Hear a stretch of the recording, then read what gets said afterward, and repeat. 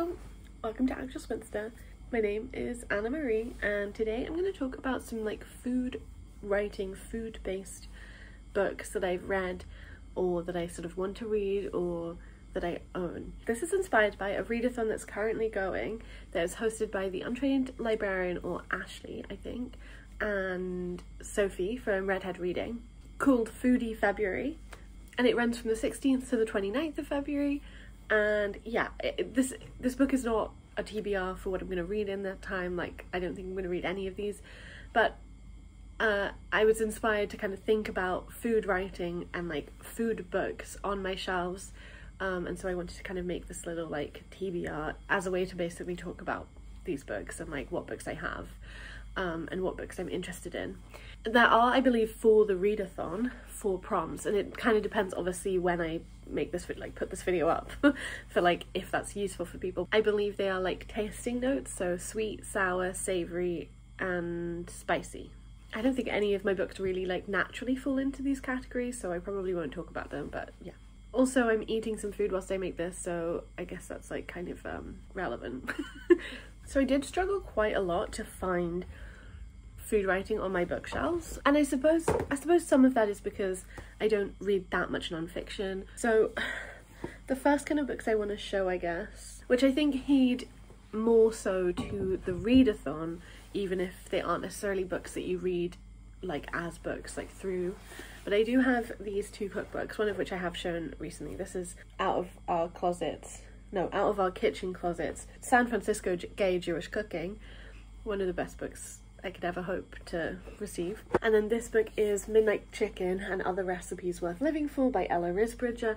This was a gift actually, maybe from not this year but last year, it could have been the year before, but I think last year, from my mum. It's a really lovely cookbook with, I think, really nice drawings.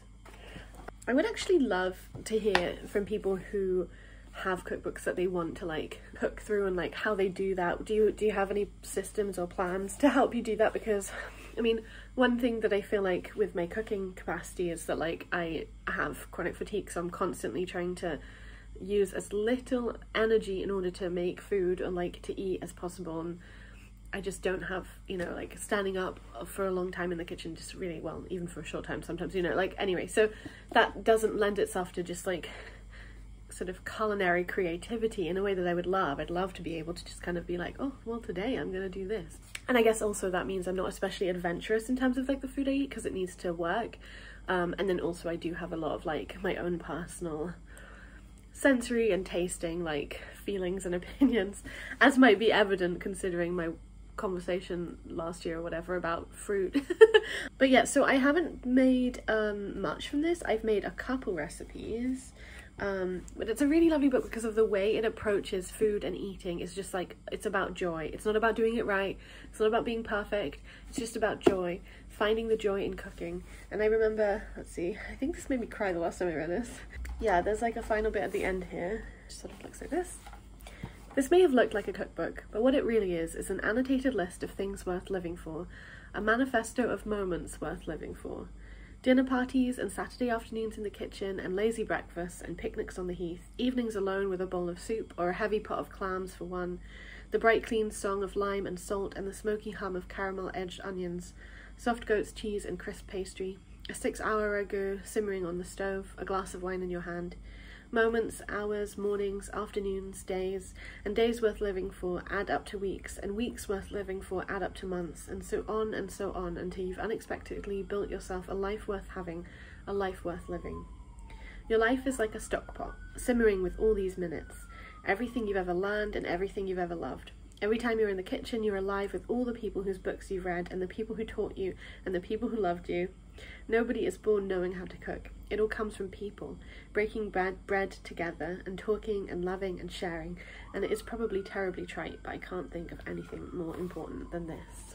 Yeah, I don't know, isn't that lovely? It's not, you know, that's not how it is, like, all the way through. And I guess like another consideration that I now do have is that like my kitchen is like a dairy kitchen, which means like I don't keep fully kosher, so basically I follow some of the kind of like kosher restrictions, a major one being that you don't mix meat and dairy, and I do have to do that sometimes for various like disability, chronic fatigue related stuff when I'm out. But what I have tried to maintain, and I have so far, is my kitchen. I don't cook meat. I have a meat fork which I use if like I order takeaway that has meat in or something, but I don't wash it up where I wash all my other stuff up. But yeah, my kitchen is basically dairy, because like obviously out of like Fleischig and Milchig, obviously Milchig is way better. Like I don't know who would pick Fleischig. So obviously sometimes that might mean I might have to like change these or whatever, but at the same time, to some degree it just means that like at home I cook vegetarian, I guess, is kind of more like the thing, which is fairly easy to deal with, really. Yeah, anyway, so there's this one, and like it's just lovely. It's just lovely. Oh yeah, I was going to tell you what I cooked from it. I've made the challah recipe in here once. I'd like to make it again to kind of check it out, because I can't actually remember how well it did. I've also made the milk bread in this, which I didn't actually think was that successful, but I'd never had milk bread, or at least not in a long time, so I'm not sure if mine was bad or if that was just how it was supposed to be. There's a good hummus recipe, which I guess I should have done, because I recently batch cooked hummus. Yeah, there's like a couple other breads too that I'd really like to try out in this. There's also a recipe, I think, for like a lemon posset that I think that was what it was, that I've definitely made. Maybe some other stuff, but not loads, and I definitely want to like more kind of concertedly get through, but it's just hard to, isn't it? So then yeah, I also have this other cookbook. This one is much less of the like personal thing, although it's a community creation, so there's like Kathy's challah and Tucker's challah and like Aunt Josephine's gefilte fish. I definitely want to try the 4 or 3 different challah recipes in this. And yeah, and there's also a bit at the beginning which kind of talks about making it and people's contributions. And I just think this is like so lovely, and I will never stop talking about how lovely I think this book is. And they do this lovely thing where they've like split up and done suggestions for like special occasions, like a Shabbat evening dinner, options, Oneg Shabbat, Rosh Hashanah Eve dinner, Yom Kippur Eve dinner, Break the Fast supper, Hanukkah lunch or dinner, Purim lunch or dinner, Sukkot, first night Passover dinner, Lag B'Yom Shavuos, second night Passover dinner, coming out cocktail party for 25, gay and lesbian pride day pre-parade buffet, romantic dinner for 2, which includes Julia's secret chicken, some brunches, there's a women's hover, a potluck dinner, classic, commitment ceremony, lawn lunch. I love this so much. And yeah, so this is also something I'd like to like cook through some of. I think some of these I'm not going to be interested in, but a lot of them are. There's also, ooh, there's pineapple noodle kugel. There's a lot to be explored in this. So the other books I have, I was trying to think of kind of like where and when I had encountered food writing, food related writing recently. And I couldn't come up with that much, like I said, but I did think about this, which is Seasons of Our Joy, A Modern Guide to the Jewish Holidays by Rabbi Arthur O. Waskow. Just because in this book there are bits and bobs at the end especially about like the kinds of foods that you might eat for various Jewish festivals and holidays. And then there's also some recipes. Obviously it depends on like the holiday as well, how integral food eating is as part of it, although with a lot of Jewish holidays most of them have foods related with them. There's only like one major one where you fast, and then obviously there's Pesach where you give up bread, which is a big deal, but there are other foods related to Passover that you then eat. But yeah, so there's like, in the Purim section there's like ham and tashin recipes. I think a lot of them have been tested by Arthur Waskow's wife. Yes, recipes by Hannah Waskow and Rose Gertz, I mean. In the Hanukkah section there's like potato latkes recipe, sweet and sour stuffed rolled cabbage, potato pudding. So yeah, I don't know, I was just like, I guess this is an example of like very light food related writing that I occasionally have been reading. And then I have this book which I have not read, and this is more directly about food, although it's also a very like social and political story. But this is another new book. This is The Great Kosher Meat War of 1902, Immigrant Housewives and the Riots That Shook New York City by Scott D. Seligman. I think if I was reading this for the Foodie February readathon, I would pick it for spicy because, you know, there's rioting. But yeah, so this is the story of in New York, basically the price of kosher meat, kosher beef I should say, went up extortionately, and whilst the butchers did attempt at first, like maybe for a month, maybe less, to try to boycott their suppliers in order to get the price down, they soon gave up. so then it sort of was, the economic burden fell on the housewives and other women, immigrants of the Lower East Side. Yeah, so that economic burden fell on them, and so they started to sort of try to organise to try to get those prices to be in any way accessible to them, and including boycotting and stuff like that. So yeah, this is just like a story about that. The font is actually nicely you know, large. It's not super tiny, and I would love to read this. I would love to read this. And yeah, if you didn't watch my New York book haul, like one of the reasons I picked this up is because I went on a tour of a tenement museum in the Lower East Side in Manhattan whilst I was visiting. We went on a tour that like specifically talked about this boycott, so I was like, I'd love to learn as much as possible about it because it sounds great. Okay, so then we just have two books that have bread in the title. There obviously is a Jewish theme in a lot of these. I mean, it makes sense because, like I said, Jewish holidays, Jewish festivals, Jewishness really is so tied into food.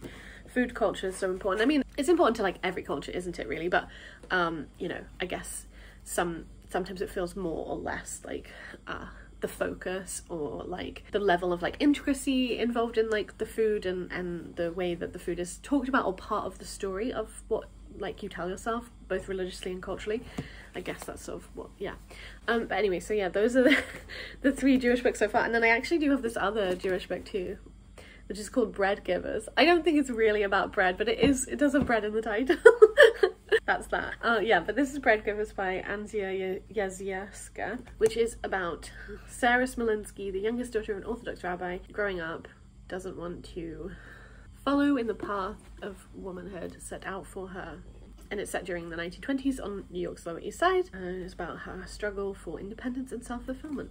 This is actually another book that I managed to find in the English faculty in one of those like library swaps, which I swap into a lot. And I was like, school, I really want to read this book. In this copy there were pictures, which is sort of interesting. So yeah, anyway, there's that. Again, not really that food related, but it does have bread in the title. And then I also have this other book that I have read, which is called Cast Bread. It's also a fiction book. Obviously it has bread in the title, but I do think that this one is more related to kind of like food writing, or like food related activities. Because it follows a woman called Elodie, who is a baker's wife.